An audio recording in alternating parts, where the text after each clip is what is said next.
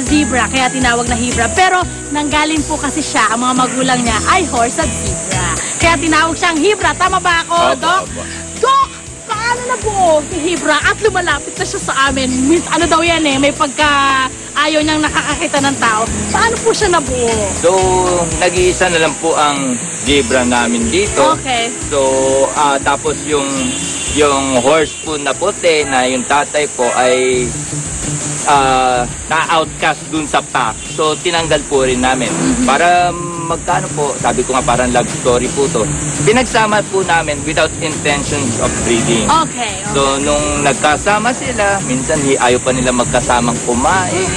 Tapos, for short, nagka-developan po sila. Ito na po ang kinalabasan, isa pong hibra.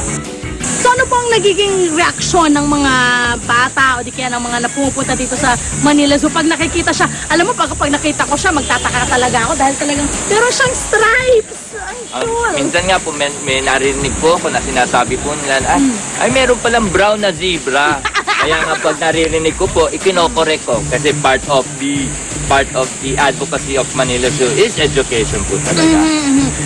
Maraming salamat, Doc, Thank sa you napakagandang impormasyong yan. O, kids, marami naman kayo natutunan. Dito lang yan sa Unang Hirit.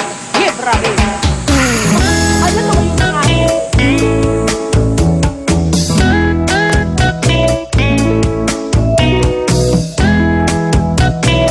Maraming salamat sa aming sponsor.